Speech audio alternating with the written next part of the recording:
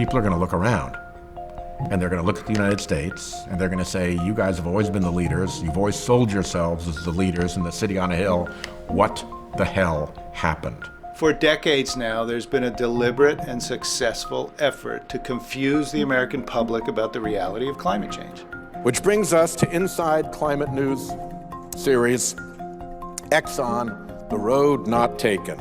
Inside Climate News did an 8-month investigation and produced a 9-part series that was a finalist for a Pulitzer Prize, all on the question of ExxonMobil's knowledge of basic climate science. The Exxon project was probably the most satisfying in my journalistic career. Promoting and funding climate science denial, despite its internal awareness of the reality of climate change during your tenure with the company, true or false?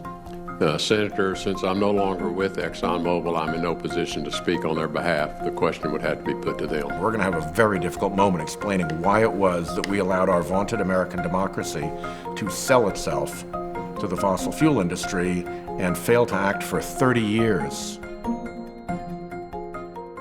All right, you are the founder and publisher of something called Inside Climate News, and That's three right. of your reporters won the Pulitzer Prize this year for the Dilbit disaster inside the biggest oil spill you've never heard of. Why are you covering environmental stories? Because a lot of news organizations are closing their environmental desk. New York Times closed their environmental desk last year. That's all the news that's fit to print. While we weren't watching, something else happened. Environmental journalism was hollowed out in many parts of the country.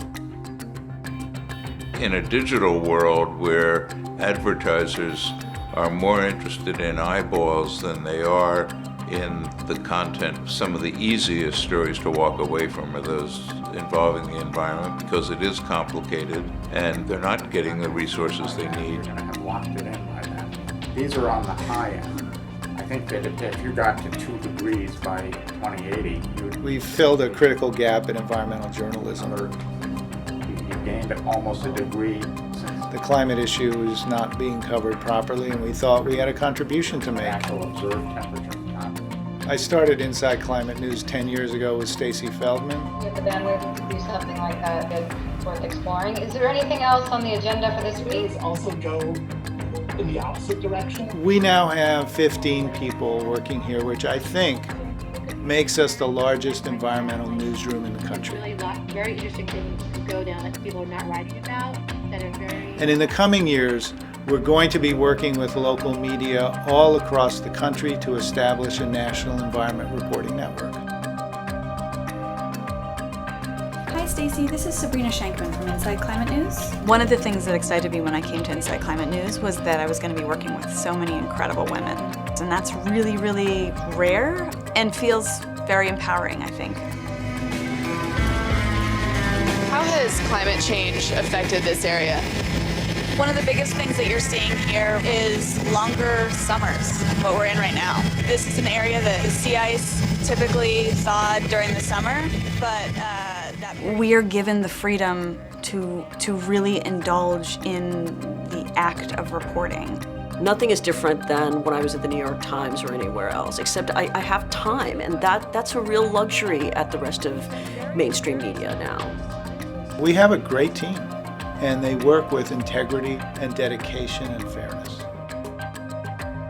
I became a journalist because I believe in this republic, right? My family were immigrants. We came from an authoritarian regime.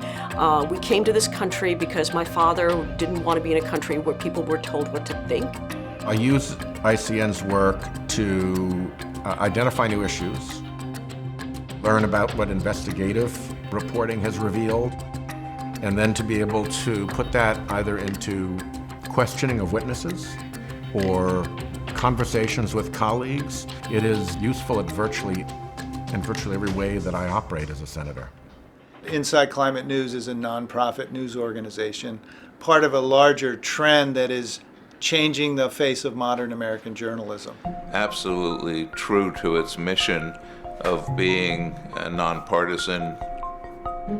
In its first decade, one could easily say in every year it punched above its weight and was a role model for others. What's causing decisions that are made to be made? Who are the powers that be? Following the money, digging below the surface to see the story behind the story. This is a return to the core mission of journalism, which is shedding light on things that a lot of people would like to keep hidden. You can see the impacts of climate change in America and all over the world. It's a story that's not going away. Why do we have to talk about it? Because you don't want it. If we ignore the environment, won't it just go away?